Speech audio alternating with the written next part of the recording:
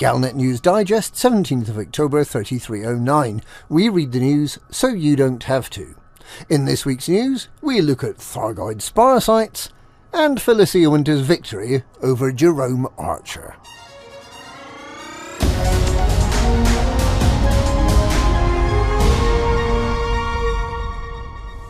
The bubble is still reeling from the arrival on Monday of the Thargoid Spires, which developed from the Barnacle Matrix sites. The 45 sites appear to be supply bases for the Thargoid invasion. Arietis interceptors appear to be particularly common visitors, along with scouts, revenants and the new Banshee, which guard the sites. We still have limited information about the sites and about how their operation influences the invasion. There are, however, materials and other items that are collectible, some using an SRV and others on foot.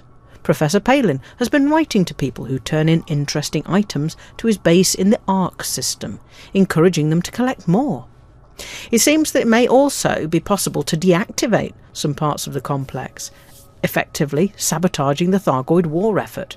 The Arietis interceptors are using the supersized barnacles to rearm, so turning them off may restrict the Thargoid's ability to invade new systems.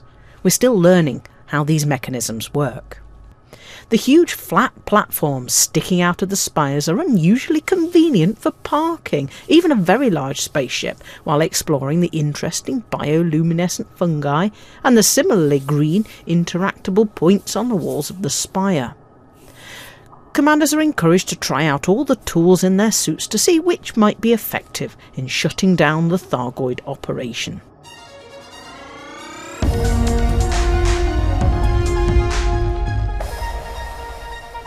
The victory of Felicia Winters in the presidential election may make a huge difference to the Federation's domestic and international politics, but we won't see that in action until she assumes office next year.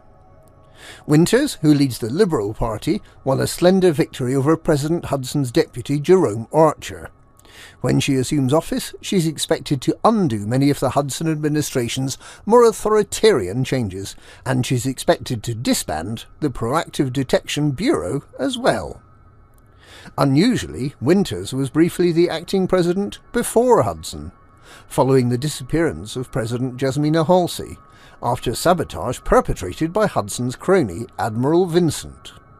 Halsey, who is now a federal ambassador, was one of the first to congratulate Winters on her victory, alongside former President Antonia Madison.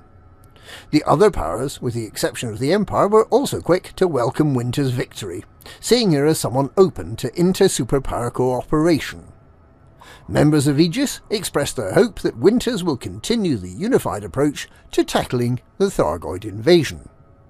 Winters' new vice president will be the veteran politician Isolde Rochester, who will help build support from those who formerly backed Hudson and Archer's hardline approach to domestic politics. And that's this week's Galnet News. Galnet News, we read the news so you don't have to.